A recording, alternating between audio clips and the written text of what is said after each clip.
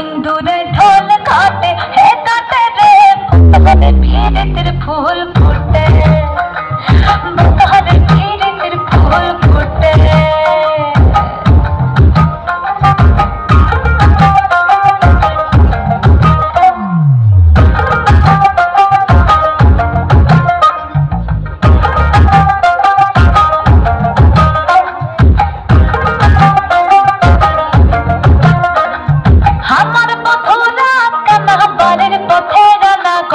আমার পথরাত কানা বারের পথের না গোনা ভিনসায়রে উঠে ধান কোটে ভিনসায়রে উঠে ধান কোটে হে কোটে রে বতহরে ভীরে তেরে ফুল ফুটে বতহরে ভীরে তেরে ফুল ফুটে